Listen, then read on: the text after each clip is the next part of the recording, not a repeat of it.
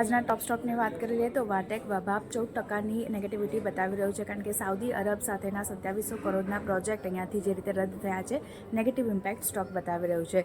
Steel કંપનીઓ પર focus છે, કારણ કે સરકાર સ્ટીલની આયાત પર 25% ડ્યુટી લગાવી શકે છે તેવા સમાચારના કારણે ટાટા સ્ટીલ, જેએસડબલ્યુ સ્ટીલ જેવા કાઉન્ટર છે જે નેગેટિવિટી બતાવી રહ્યા છે. બીજી બાજુ જેએસડબલ્યુ એનર્જીની વાત કરી લઈએ તો અહીંયા ખાસ કરીને પોઝિટિવ ન્યૂઝ બન્યા છે, પણ સ્ટોકમાં એક નેગેટિવ ઇમ્પેક્ટ આપણને આવતી દેખાઈ રહી છે. જેએસડબલ્યુ એનર્જીએ એલજી એનર્જી સોલ્યુશન્સ સાથે જોઈન્ટ વેન્ચર કરવાના સમાચાર આવી રહ્યા છે, પણ સ્ટોકમાં નેગેટિવ કામકાજ જોવા મળી રહ્યું છે.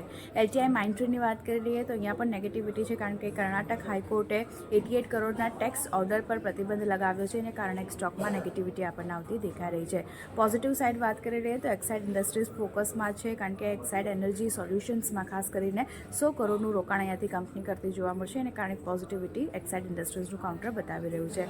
વાત કરી લઈએ સેક્ટર સ્પેસિફિક તો આજે ફાર્મા અને આઈટી આ સેક્ટરમાં એક પોઝિટિવ કામકાજ આપણને બનતું દેખાઈ રહ્યું છે, જ્યારે પીએસયુ બેંક, ઓટો આ કાઉન્ટર એવા છે જ્યાં એક નેગેટિવિટી આપણને બનતી દેખાઈ રહી છે.